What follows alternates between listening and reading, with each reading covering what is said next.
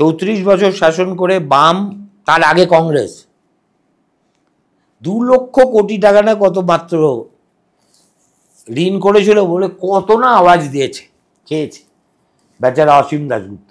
আর এখন nobody discusses 8 lakh crore টাকা in 15 years. কার সঙ্গে তুই আলোচনা করবি? পশ্চিমবঙ্গে বেশি আলোচনা করারই লোক নেই, যেখানে আমি কথা বলি না। এই মুহূর্তে, আজকে এই মুহূর্তে, as I am speaking to you, যে শিশুটা ভূমিষ্ঠ হলো বাংলায়, তার মাথার উপরে লক্ষাধিক টাকার ঋণ। আর এইটা হচ্ছে আজব কাণ্ড।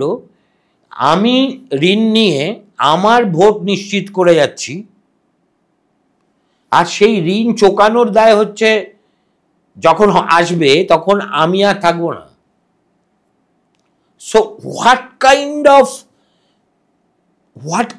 irresponsibility it is?